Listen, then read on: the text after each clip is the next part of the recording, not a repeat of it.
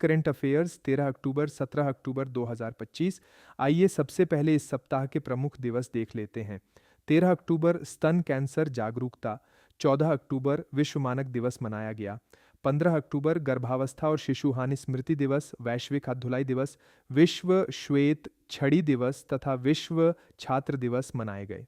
16 अक्टूबर विश्व खाद्य दिवस, विश्व एनेस्थीसिया दिवस, बॉस दिवस और विश्व रीढ़ दिवस मनाए गए। अब इस सप्ताह के महत्वपूर्ण करंट अफेयर्स पर नजर डालते हैं।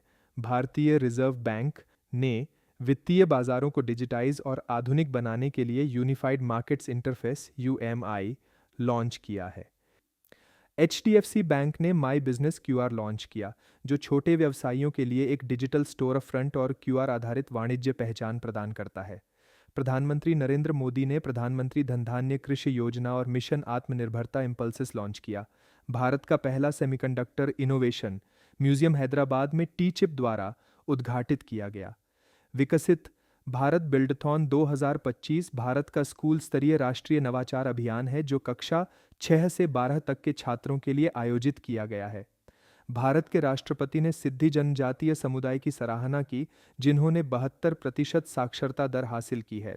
पलाऊ ने दुनिया का पहला लाइव अंडर वाटर इंटरव्यू आयोजित किया, जिसमें पलाऊ के राष्ट्रपति सुरांजल विप्स जूनियर ने प्रशांत महासागर के नीचे इंटरव्यू दिया। सुगम्य भारत ऐप को अपडेट किया गया है, जिसमें EI, चैटबॉट, इंट्यूटिव इंटरफेस और क्राउड सोर्स्ड ग्रिप्स जोड़े गए हैं। जोएल मोकिर, फिलिप एगियन और पीटर हाउविट को 2025 का नोबेल पुरस्कार अर्थशास्त्र, नवाचार प्रेरित आर्थिक विकास और क्रिएटिव डिस्ट्रक्शन के सिद्धांत को समझाने के लिए प्रदान किया गया।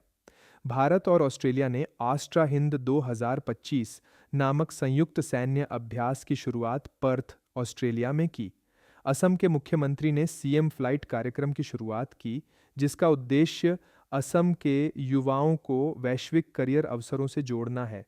भारत की नेट डायरेक्ट टैक्स कलेक्शन 12 अक्टूबर 2025 तक 11.89 लाख करोड़ तक पहुंच गई है, जो 6.33% की वृद्धि को दर्शाती है। इजराइल ने पूर्व अमेरिकी राष्ट्रपति डोनाल्ड ट्रंप को Israeli presidential medal of honour देने की घोषणा की है। काजीरंगा नेशनल पार्क और टाइगर रिजर्व की निदेशक सोनाली घोष ने कैंटन R. मिलर अवार्ड जीतकर एक महत्वपूर्ण मील का पत्थर स्थापित किया। मालदीव दुनिया का पहला देश बन गया है जिसने HIV, हेपेटाइटिस B और सिफिलिस के मां से बच्चे में संचरण को समाप्त कर दिया है। केंद्रीय मंत्री अश्विनी वैष्णव ने मैपल्स, एक भारतीय नेविगेशन ऐप को गूगल मैप्स के विकल्प के रूप में समर्थन दिया। श्रम एवं रोजगार मंत्री डॉ. मनसुख मंडाविया ने EPF विवादों को समाप्त करने के लिए विश्वास योजना की शुरुआत की है। EY और माइक्रोसॉफ्ट ने भारत में मुफ्त AI स्किल ट्रेनिंग प्रोग्राम शुरू किया है। इस AI स्किल्स पासपोर्ट ऑनलाइन कार्यक्रम के माध्यम से 16 वर्ष और उससे अधिक आयु के युवाओं को नौकरी के योग्य AI कौशल सिखाए जाएंगे। भारतीय स्टार्टअप गैलेक्स आई 2026 में मिशन दृष्टि के तहत दुनिया का पहला multi sensor earth observation satellite launch करेगा। EPFO ने नए नियमों के तहत अब सदस्यों को अपने योग्य PF का 100% निकासी की अनुमति दे दी है। शौत अमेरिका और मध्य पूर्व के नेताओं ने गाजा युद्ध समाप्ति के लिए घोषणा पर हस्ताक्षर किए। अडानी और गूगल ने विशाखापत्तनम में भारत का सबसे बड़ा AI डेटा हब बनाने की योजना बनाई है। भारत और मंगोलिया ने 14 अक्टूबर 2025 को नई दिल्ली में अपने 70 वर्षीय रिश्तों को मजबूत करते हुए कई समझौतों पर हस्ताक्षर किए। भारत सरकार ने 16वें वित्त आयोग का कार्यकाल 1 महीने के लिए बढ़ा दिया है, जिससे रिपोर्ट प्रस्तुत करने की अंतिम तिथि 31 अक्टूबर से बढ़ाकर 30 नवंबर 2025 कर दी गई है। अंतर्राष्ट्रीय मुद्रा कोष IMF ने 3 अक्टूबर 2025 को डैन कैट्स को पहला उप व्यवस्थापकीय निदेशक नियुक्त किया। केंद्रीय मंत्री अर्जुन राम मेघवाल ने 14 अक्टूबर 2025 को नई दिल्ली में लाइम्बियस लाइव केस डैशबोर्ड का उद्घाटन किया। भारत ने 28 सितंबर से 11 अक्टूबर 2025 तक अहमदाबाद में आयोजित 11वीं एशियाई एक्वाटिक्स चैंपियनशिप की मेजबानी कर एक ऐतिहासिक कदम उठाया। भारत सरकार ने 2027 तक सभी नगर निगमों के कचरे का उपयोग सड़क निर्माण में करने का निर्णय लिया है। भारतीय रेलवे ने 3 नई द्वार से द्वार माल और पार्सल सेवाओं की शुरुआत की है। भारत को 2026 से 2028 के लिए संयुक्त राष्ट्र मानवाधिकार परिषद का सदस्य निर्विरोध रूप से चुना गया है। भारतीय वाणिज्य और उद्योग महासंघ FICCI ने आनंद गोयनका आरपीजी समूह के उपाध्यक्ष को 2025 से 26 के लिए अपना अध्यक्ष नियुक्त किया है। डीआरडीओ ने 32,000 फीट की ऊंचाई से भारत के पहले स्वदेशी सैन्य कॉम्बैट पैराशूट सिस्टम का सफल परीक्षण किया है। भारत सरकार ने हिंदुस्तान शिपयार्ड लिमिटेड को मिनी रत्न का दर्जा प्रदान किया है। भारतीय एयरटेल ने भारत में अपनी नई क्लाउड प्लेटफॉर्म के माध्यम से उन्नत क्लाउड सेवाएं देने के लिए आईबीएम के साथ साझेदारी की है।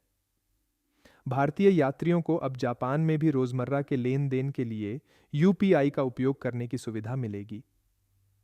15 अगस्त 2025 को लॉन्च किया गया फास्टैग वार्षिक पास केवल 2 महीनों में 25 लाख से अधिक उपयोगकर्ताओं तक पहुंच गया है। प्रधानमंत्री नरेंद्र मोदी ने 16 अक्टूबर 2025 को करनूल, आंध्र प्रदेश में 13,430 करोड़ की विकास परियोजनाओं का उद्घाटन एवं शिलान्यास किया। भारत और इंडोनेशिया की नौसेनाओं ने 14 अक्टूबर 2025 को विशाखापत्तनम में समुद्र शक्ति 2025 नौसैनिक अभ्यास की शुरुआत की। भारत और दक्षिण कोरिया ने 13 अक्टूबर 2025 को बुसान नौसैनिक अड्डे पर अपनी पहली द्विपक्षीय नौसैनिक अभ्यास INRO के N की शुरुआत की। 11वां इंडिया इंटरनेशनल साइंस फेस्टिवल 6 से 9 दिसंबर 2025 को चंडीगढ़ में आयोजित होगा, जिसकी थीम है विज्ञान से समृद्ध आत्मनिर्भर भारत के लिए। 17 अक्टूबर 2025 को निर्मल कुमार मिंडा, UNO मिंडा ग्रुप के चेयरमैन ने ASSO CHAM के अध्यक्ष के रूप में कार्यभार संभाला। उत्तराखंड ने 17 अक्टूबर 2025 को देहरादून में AI इम्पैक्ट समिट 2025 का आयोजन किया, जो इंडिया AI इम्पैक्ट समिट 2026 का प्री इवेंट था। उरुग्वे ने 15 अक्टूबर 2025 को इतिहास रचते हुए लैटिन अमेरिका में पहली बार यूथेनेशिया को कानूनी मान्यता दी। नीति आयोग के महिला उद्यमिता प्लेटफॉर्म और DP वर्ल्ड ने मिलकर वी राइज BHL की शुरुआत की, जिसका उद्देश्य महिला नेतृत्व वाले MSME को निर्यात के लिए तैयार करना है। तेलंगाना ने भारत में मोबाइल फोन रिकवरी में शीर्ष स्थान हासिल किया है। CIR पोर्टल के माध्यम से 1 लाख से अधिक खोए या चोरी हुए मोबाइल फोनों को ट्रैक और रिकवर किया गया है। अगर आपको यह जानकारी पसंद आई हो तो कृपया लाइक करें, शेयर करें और चैनल को सब्सक्राइब ज़रूर करें।